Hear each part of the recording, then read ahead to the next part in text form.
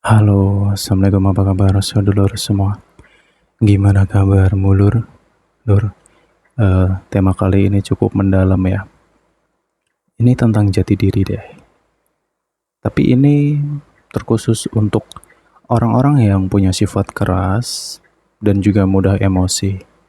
Tapi juga berlaku untuk siapapun ya. Mungkin bisa juga, mungkin ada di antara kamu yang punya pasangan, keluarga, ya, yang punya sifat-sifat yang akan kita bahas ini. Bagaimana menghadapinya dan bagaimana sudut pandang orang-orangnya kayak gitu. Jadi fokus ini akan cukup dalam pembahasannya ya Lor ya.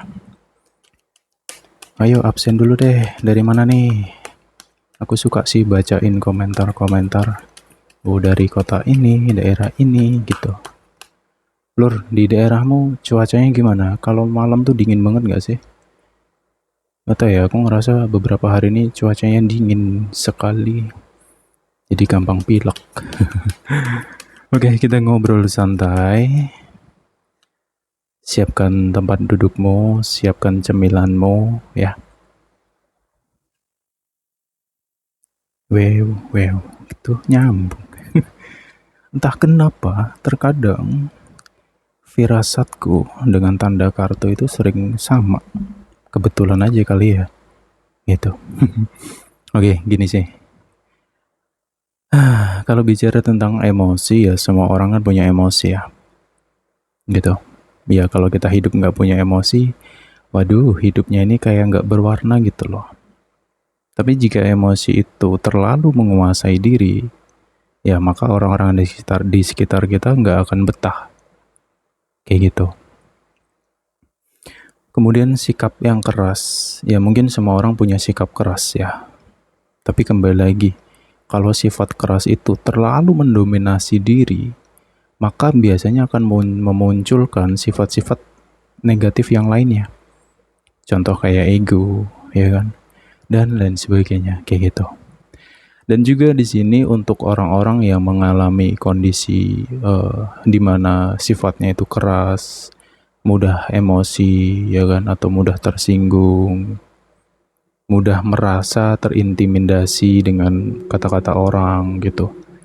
Jadi kayak sensitif banget, padahal orang-orang di sekitarnya tuh nggak ada maksud untuk jatuhin, nggak ada maksud yang gimana-gimana, cuman seseorang itu merasa bahwa dia itu kayak dihakimi gitu loh. Oke, nah biasanya nih orang-orang dengan kondisi seperti itu tuh itu ada tentang gangguan mental ya, gangguan mental gitu. Nah gangguan mental ini biasanya disebabkan oleh rasa kecewa. Ya mungkin ya dulunya itu dia pernah menaruh suatu harapan kepada seseorang, dia pernah percaya dengan seseorang, dia pernah memberikan hidupnya untuk seseorang. Dalam arti memberikan hidup ini adalah seseorang ini tuh benar-benar menggunakan hati secara tulus banget gitu loh. Ya mungkin karena dia sayang dengan seseorang ini kayak gitu. Ya dan juga seseorang ini tuh dia sangat berkorban, dia mau berkorban, bahkan dia nggak peduli apapun. Yang penting orang yang dia cintai ini bisalah hidup dengan layak dan lain sebagainya. Kayak gitu. Oke. Nah, ketika kita sebagai manusia ini ya memberikan sesuatu yang lebih atau mungkin belahan jiwa lah ya bahasa kerennya gitu. Belahan jiwa ya pokoknya di apa ya? Bagian dari diri kita tuh yang kita berikan seutuhnya sama seseorang.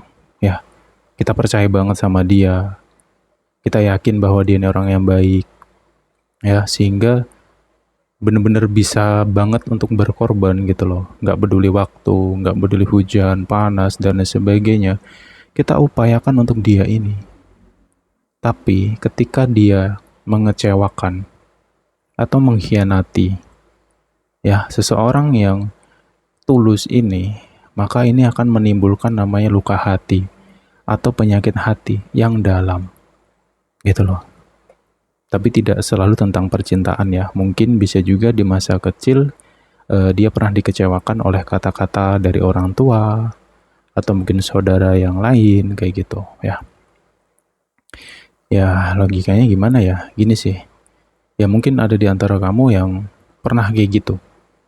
Kamu berusaha untuk baik dan lain sebagainya, tapi ya gitu malah dikecewain dan lain sebagainya. Dan ada juga orang itu yang udah dikecewain, tapi dia masih mampu memberikan kesempatan, masih mampu memaafkan, ya, masih mampu memberikan kesempatan agar orang itu berubah. Tapi lagi dan lagi polanya sama. Dan itu berlangsung bertahun-tahun, gitu loh. Sebenarnya orang dengan gangguan mental itu, dia tuh paham bahwa dirinya itu sedang sakit secara mental, ya.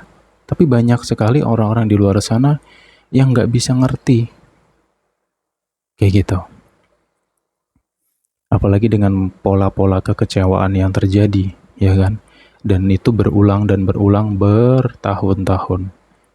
Ya, kemudian seseorang ini kayak nggak punya tempat untuk cerita. Ketika cerita malah direndahin, ya, gitu loh. Ketika cerita pada akhirnya malah disangka seseorang ini yang jelekin lah dan lain sebagainya. Jadi perjalanan yang bertahun-tahun ini tuh kayak semuanya dipendam sendiri, semuanya dirasakan sendiri, gitu. Kayak nggak ada lagi tempat untuk dia cerita, sharing, minta petunjuk dan lain sebagainya. Kayak gitu, ya. Jadi gini ya Lor ya, gangguan mental itu bukanlah suatu gangguan yang bisa disepelekan, nggak bisa disepelein gitu aja. Seseorang yang menderita gangguan mental ya, yang mengalami sensitif dalam diri, itu sangat-sangat nggak nyaman banget dalam hidupnya. Ya, bahkan bingung gitu loh, kenapa dia bisa begitu. Ya mungkin terlalu banyak luka tadi sehingga dia tidak mampu mengingat hal-hal yang sudah terjadi. Ya, ketika mencoba kembali untuk menjadi orang yang baik, dikecewakan lagi, berusaha lagi, memberikan kesempatan sama orang yang dia sayangi, tapi seseorang itu melakukan hal yang sama, ngecewain terus-menerus. Dan terus-menerus direndahin dan lain sebagainya, kayak gitu. Jadi bertumpuklah rasa sakit itu di dalam batin seseorang ini. Ya, nah, secara perlahan ya, seseorang ini akan mengalami ketidakstabilan dalam diri. Yang awalnya dia itu mampu berpikir secara sehat, secara jernih, tapi karena luka yang terlalu banyak di dalam diri, itu membuat seseorang ini menjadi autopilot ya, secara otomatis. Contohnya, misalkan ada seseorang yang mengkritik dia sedikit saja, seseorang ini merasa dirinya terintimidasi dan secara otomatis langsung kayak kebakar emosi, langsung terbawa emosi, sangat sekali sensitif. Nah, sebenarnya apakah orang-orang kayak gini tuh mereka nggak sadar dengan dirinya? Jawabannya adalah mereka itu sadar sebenarnya dengan dirinya. Tapi mereka nggak mengerti kenapa mereka bisa berubah menjadi sosok yang mungkin di mata orang lain tuh sangat toksik. Kayak gitu. Dia juga bingung sebenarnya kenapa bisa begitu. Ya itu tadi loh. Kalau kita hidup mengalami luka yang sangat parah ya dalam kehidupan ini. Luka yang tak berdarah tadilah. Ya kalian tahu itu. Ya, belum lagi tidak ada ruang, tidak ada tempat untuk cerita, sharing, berteduh, dan sebagainya. Apa nggak makin luar biasa? Ya,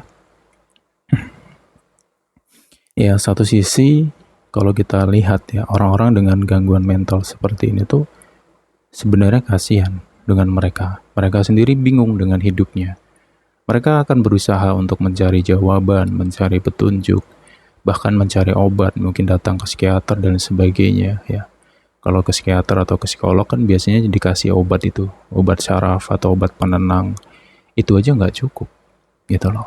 Atau mungkin pergi ke spiritual dan sebagainya.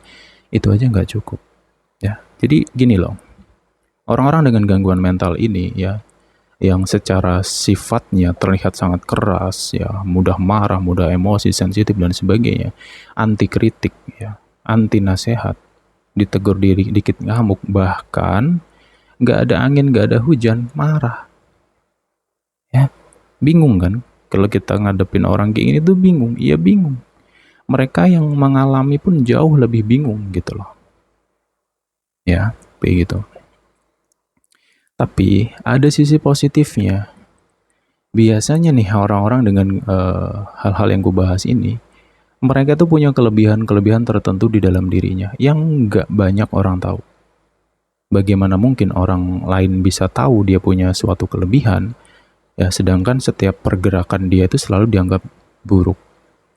Bahkan ada juga yang mungkin dikucilkan dari lingkungan keluarga atau lingkungan tertentu. Jadi kayak memang nggak ada ruang di situ. Nah, kelebihannya apa sih? Sebenarnya orang-orang kayak gini tuh jujur.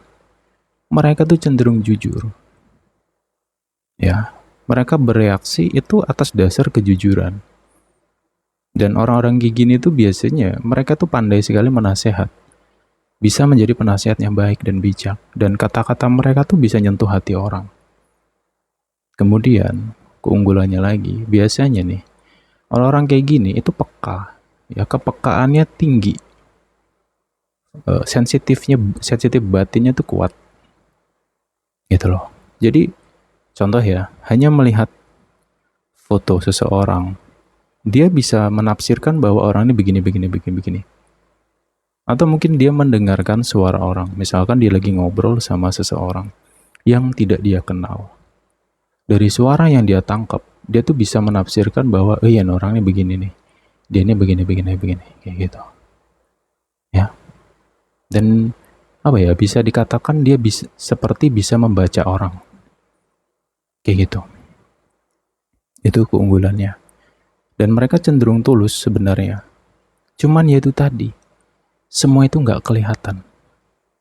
Mereka berusaha baik dinilai buruk, apalagi buruk pasti akan dinilai jauh lebih buruk. Kayak gitu, ya. Ya, kalau kita menghadapi orang kayak gini, ya jawabannya simpel. Mumet, Mas. Bingung, iya, bingung.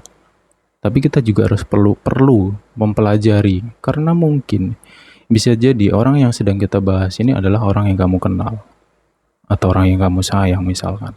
Ya, capek ngadepin sikapnya dia yang begini begitu terus gitu, ya. Kok nggak ada berubah dan lain sebagainya. Bukan berarti mereka itu nggak mau berubah, mereka itu mau berubah, cuman belum ketemu jalannya. Ya, mereka sudah berusaha terus menerus. Tapi terkadang lingkungan itulah yang ngebuat mereka itu menjadi putus asa untuk melakukan suatu perubahan.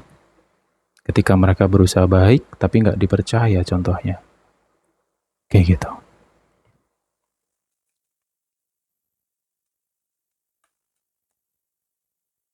Oke, dan juga untuk kamu-kamu yang sedang berada di posisi di mana dirimu itu mengalami luka batin, ya, gangguan mental dan sebagainya. Obatnya di mana sih? Kemana sih aku harus mencari obat dan petunjuk? Jawabannya adalah semua ada dalam dirimu. Itulah obatnya, dirimu sendiri. Kayak gitu. Orang lain hanya bisa berkomentar, menafsirkan, tapi engkaulah yang merasakan. Jadi, kalian semua jangan berkecil hati. Ya, apa yang harus dilakukan ketika kamu mengalami gangguan mental? Ya, sehingga dirimu sensitif dan keras dan mudah emosi dan sebagainya. Satu yang paling penting adalah sadari bahwa itulah dirimu hari ini. Akui jujur dari dalam dirimu bahwa itulah dirimu hari ini. Itu yang penting. Kenapa bisa begitu? Karena banyak banget orang dengan gangguan mental seperti ini tuh, mereka nggak mampu, nggak mau mengakui bahwa dirinya tuh setoksit itu. Padahal sudah banyak masukan, penilaian, pandangan orang yang dia dengar bahwa dia ini begini, dan begini. Tapi mereka semua menolak. Itu bukan aku. Kenapa bisa begitu? Karena seseorang dengan posisi yang sedang kubahas ini, mereka tuh merasa bahwa dirinya itu baik, itu hal wajar. Wajarnya kenapa? Karena masih melekat memori alam bawah sadar yang dulu pernah dia lakukan. Dia berusaha baik, dia berusaha tulus, berusaha ikhlas dan sebagainya. Kayak gitu. Tapi dia nggak sadar dengan autopilotnya tadi, hal yang sifatnya otomatis tadi, perilaku otomatis tadi loh. Itu dia nggak sadar. Karena ketika contoh ya, ketika dia dikritik nih, atau ada saran dikit aja, dia langsung marah tuh. Nah biasanya orang-orang kayak gini tuh marahnya, ya kalau nggak langsung meluap, ya dengan kata-kata kebun binatang dan lain sebagainya bla bla bla, biasanya orang ini langsung autopilot menghapus data. Contohnya, misalkan dia marah sama pasangannya atau gebetannya lah gitu ya. Itu foto-foto tentang gebetannya tuh bisa dihapus langsung, selesai. Blokir nomor, bye. Tapi apa yang terjadi setelah itu? Mereka tuh ngerenung. Mereka kayak menyadari bahwa kok bisa ya aku sekonyol itu, kok bisa aku sebodoh itu. Padahal hati masih sayang nih sama dia gitu. Akhirnya apa? Mencoba untuk komunikasi lagi. Dan orang yang menghadapi orang kayak gini, ini semakin pusing. Ini maksudnya gimana? Dia ini kenapa gitu loh. Kemarin ngamuk-ngamuk, marah, blokir, dan bla bla bla, ngilang, tiba-tiba muncul lagi. Ya, gitu. Jadi teman-teman semua, untuk kamu-kamu yang dalam posisi ini, ya kalian juga harus memahami ya, bahwa orang-orang di sekitar itu sangat pusing menghadapi autopilotnya kamu gitu loh. Di sini saya tidak menghakimi, tidak menyalahkan dan sebagainya, tidak. Saya coba kupas dari berbagai sisi. Makanya pahami dengan akal sehatnya. Ya, aku berusaha membantu untuk membukakan jalan gitu loh. Ya. Ya, semoga ada sesuatu yang bisa kamu petik nantinya. Kayak gitu. Oke. Nah, tadi apa yang harus dilakukan sudah ya. Pahami, sadari, akui dengan tulus. Ya, kemudian mulai perlahan dulu ya, perlahan. Perlahan memahami pola pikir orang lain. Lur, pahami satu hal lagi yang penting ya di sini. Untuk kamu-kamu yang dalam kondisi ini, pahami satu hal yang penting. Orang lain, siapapun ya, orang lain itu artinya orang selain kamu. Mau itu pasangan, mau itu orang tua, saudara, sebagainya, siapapun. Ingat, manusia itu selalu melihat manusia lain berdasarkan apa yang mereka lihat dan apa yang mereka dengar. Gak ada orang yang bisa merasakan apa yang kamu rasakan. Titik. Oke, sampai di sini paham ya?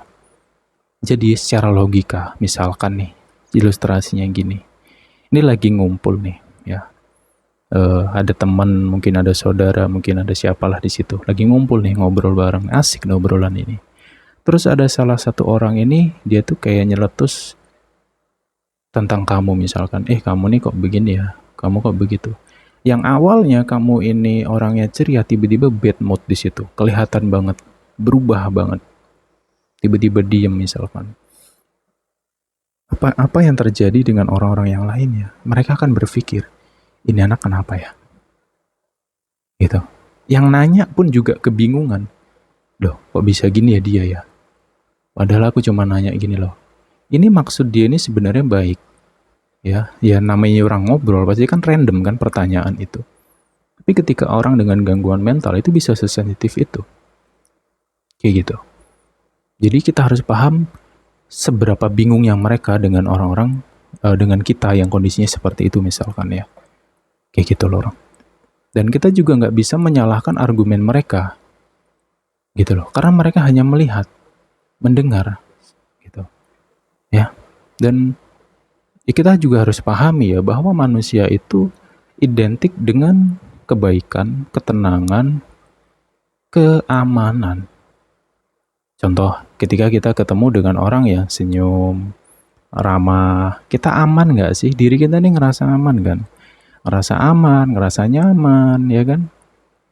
Coba kamu ketemu orang, mukanya datar banget. Papasan aja, apa yang terjadi di pikiran kita? Ini orang gimana sih? Ini orang kayak keluar gak sih? Muncul gak sih perasaan yang gak nyaman secara tiba-tiba, dan kita juga ngerasa gak aman kan dengan orang dengan ekspresi kayak gitu loh. Nah, manusia itu sesensitif itu sebenarnya hanya karena ekspresi banyak sekali penafsiran ya, dan itu terjadi di diri semua manusia. gitu loh. Jadi apa yang gue bahas di sini ini perlu dipahami juga untuk orang-orang dengan kondisi gangguan mental itu tadi. Ya, oke, itu dipahami. Itu kita harus benar-benar sadar bahwa tidak ada manusia yang bisa merasakan apa yang kita rasakan. Terus di situ akan muncullah suatu pikiran di mana kita akan ngerasa bahwa mereka-mereka ini nggak suka. Mereka-mereka ini menghakimi. Akhirnya orang-orang yang dengan gangguan mental ini, mereka takut untuk bersosialisasi. Banyak menghindar, ada masalah langsung pergi, kabur, ya, nggak berani menghadapi masalah ataupun keramaian. Atau ada masalah berat dikit langsung blank, ya timbulnya emosi, kayak gitu. Ya, jadi prosesnya itu akan butuh waktu tetap. Nggak ada yang instan, ya lor ya.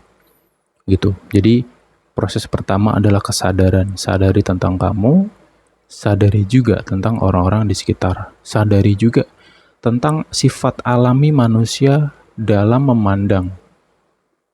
Ya, ini bukan tentang prasangka buruk dan lain sebagainya, tidak. Gitu. Tapi alaminya manusia itu kayak gitu.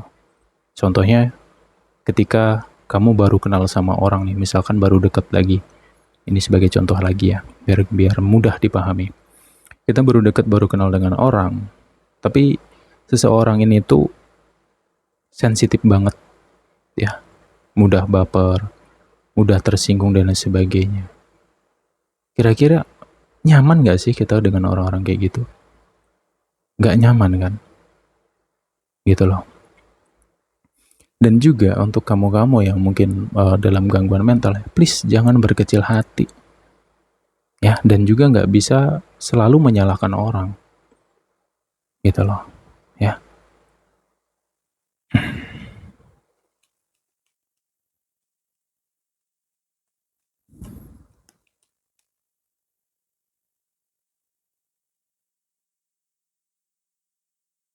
Oke.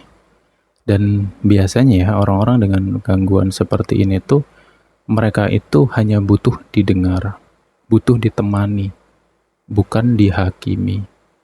Ya, ya ini sebagai masukan juga ya.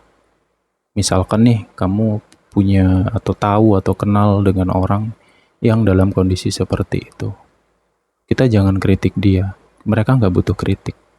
Mereka hanya butuh tempat untuk didengar, butuh tempat untuk ditemani. Kalau misalkan itu pasanganmu, ya kamu duduk aja di sampingnya. Udah biarkan dia cerita. Ya, jangan menggebu untuk memberikan masukan atau saran. Jadi peran orang-orang di sekitarnya itu sangat penting.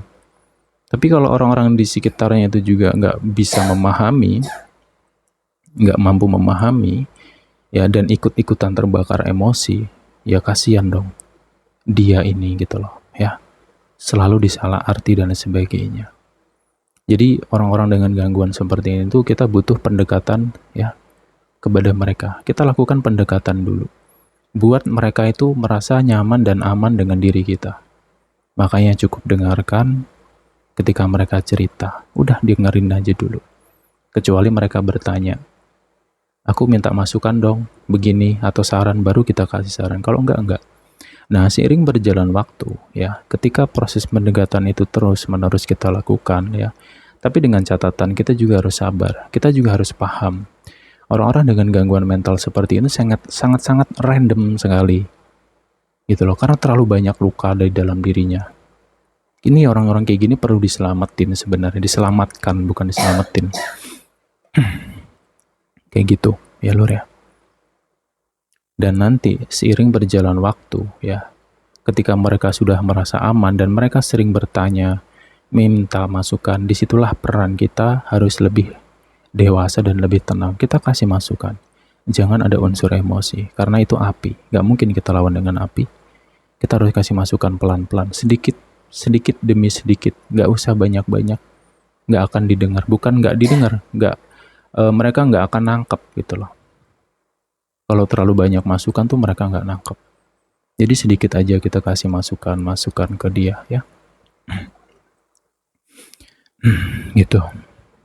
Ya memang untuk orang-orang yang di sekitar ya, untuk orang-orang yang di sekitarnya orang yang gangguan mental ini, ya memang kita diajari sabar banget.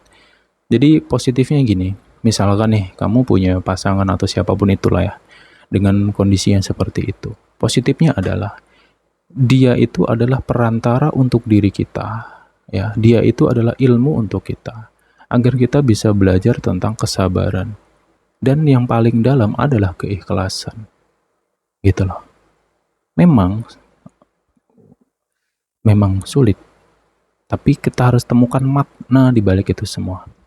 Jadi semua itu sebenarnya saling membutuhkan ketika kita bisa berpositif thinking ya dalam melihat situasi yang kayak gini. Kayak gitu ya.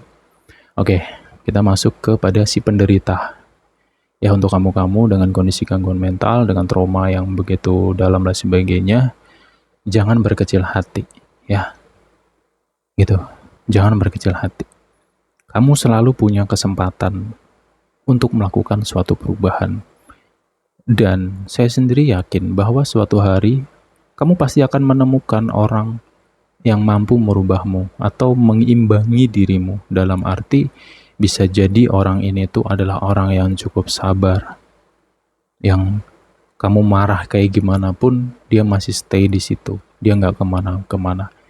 Untuk kamu yang bisa menemukan orang kayak gitu, jagalah dia ya, gitu loh.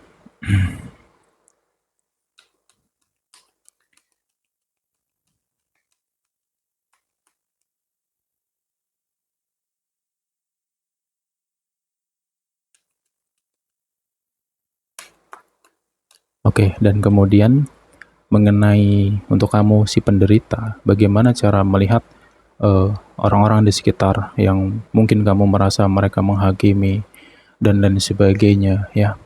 Itu tadi kita harus pahami bahwa itu adalah sifat alami manusia. Kalau ada orang melihat orang lain sedang marah, pasti orang ini akan merasa nggak nyaman dan sebagainya. Bahkan bisa berasumsi buruk kayak gitu loh ya. Jadi kita harus sadari dulu gitu loh. Kemudian apa yang harus dilakukan ya sudah pasti ya, melakukan yaitu spiritual lah ya. Gitu. Bisa melakukan puasa ya sesuai dengan keyakinan masing-masing, kemudian bisa menjalankan zikir malam. Nah, zikir malam ini ada kuncinya, Lur. Nggak asal zikir gitu aja. Ya, jangan ngejar apa tuh namanya? Ngejar hitungan. Wih, kamu zikir ini sekian ribu, sekian ratus nanti bisa gini. Ya, nggak ketemu nantinya gitu. Bagus, tapi kurang powerful. Gitu aja. Nah, kuncinya apa sih? Kuncinya adalah ketika kamu berzikir dan meditasi, hanya satu hal yang kamu perlu fokusin. Fokuslah dan ingatlah hanya dengan dosa-dosa dan kesalahan. Ingatlah orang-orang yang mungkin tersakiti oleh sifatmu, perilakumu. Mohon ampunan dengan Sang Tuhan. Itu dulu. Teteskan air matamu bila perlu. Dan harus kayaknya. Dari resapi dari hatimu yang terdalam di situ, Lur. Ya, bersujudlah. Dan itu kamu lakukan setiap waktu. Sampai kamu mulai merasa membaik nantinya. Ya, gitu. Dengan jalur spiritual, aku yakin itu bisa membantu, sangat-sangat bisa membantu. Karena mungkin semua orang pasti akan mengalami namanya rasa sakit hati, kecewa itu semua pasti akan mengalami. Dikhianati dan lain sebagainya itu semua orang pasti akan mengalami itu. Ya, dan termasuk saya pun juga pernah di posisi itu, gitu loh. Kenapa saya bisa sekuat ini, bisa sebangkit ini hari ini? Ya karena itu tadi, proses yang harus dilakukan. Dan kita sadar bahwa kita nggak bisa nih terjebak dalam pola itu terus menerus. Kita harus keluar, gitu loh. Makanya banyak sekali ilmu-ilmu yang perlu kita pelajari, gitu. Ilmu-ilmu kesadaran terutama, ya. Dan juga memahami tentang dirimu dulu, gitu. Jadi jangan pernah berhenti dengan proses itu sendiri. Apa yang kamu dapatkan, ilmu apa, pemahaman apa, terapkan. Paksa dirimu untuk melakukan. Terkadang tentang ibadah sendiri pun, kuncinya cuma satu, paksa. Kalau kita nggak paksa diri, ya kita akan terlena. Yang males lah, yang inilah, yang itulah, kayak gitu. Oke, jadi teman-teman semua, kuncinya dalam dirimu kan. Kembali lagi kepada dirimu. Kamu mau cari obat kemanapun, ya tetap jawabannya sama kok. Mau kamu datang ke spiritual tingkat tinggi sekalipun, jawabannya sama. obatnya dalam dirimu, ya. Itu loh. Dan juga pesan juga ya untuk kita semua nih, ketika kita mungkin bertemu dengan orang yang seperti ini, ya kita juga harus bisa memahami secara perlahan aja. Emosi normal, kesel, jengkel itu normal. Tapi juga kita harus coba pandang dari sudut pandang yang lain. Kenapa dia bisa begini? Itu loh. Karena peran orang-orang di sekitarnya sangat penting. Ya, gitu. Dan kita nggak bisa asal menghakimi orang sebenarnya. Nggak bisa. Dia gampang emosi, dia kasar begini-begini ini. Ya, semua orang pasti akan merasa jengkel sih dengan kelakuan yang kayak gitu. Siapapun pasti akan jengkel. Cuman terkadang di balik emosi kita perlu berpikir sudut pandang yang lain tadi loh. Ya, kayak gitu ya. Dan juga kalau kamu ketemu dengan orang-orang yang keras dan sebagainya ini, udah jangan kamu lawan. Biarkan saja. Mereka mau ngedumel apapun, udah diam aja. Gitu ya. Karena percuma, kamu nasihatin mereka akan jauh lebih marah. Gitu loh. Jadilah teman untuk dia, jadilah sahabat untuk dia. Nanti juga perlahan dia akan mulai turun kok itu nantinya. Emosinya tuh akan mulai turun. Ketika dia merasa aman dan nyaman, kita pasti akan merasakan perubahan dari diri orang ini secara perlahan. Nggak instan ya, perlahan. Tapi memang ada perubahan itu. Ya, memang kita nggak bisa merubah diri orang lain. Tapi kehadiran diri kita di kehidupan orang lain itu bisa menjadi suatu peran tertentu. Gitu loh Lur ya. Wow. Oke, nanti diolak-alik lah ya apa yang gue bahas di sini. Jangan fokus sama kartu ini, cuman kertas tok loh. Kertas yang dicetak ceplek-ceplek gitu. Udah fokus sama suaraku aja, ya. Ini cuman objek biar ada yang direkam aja, wis gitu. Kita nanti masuk ke pembahasan berikutnya ya, gitu. Mungkin masih berkaitan dengan tema yang kali ini ya. Kita coba ulas nantinya, gitu. Bye semua.